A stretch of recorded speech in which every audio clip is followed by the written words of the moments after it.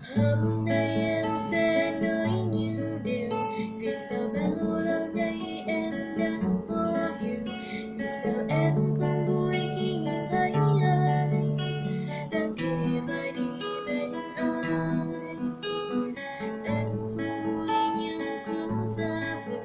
rằng em vẫn yêu anh, nhưng có ai ngờ một ngày ngồi nơi đây nhìn vào anh cho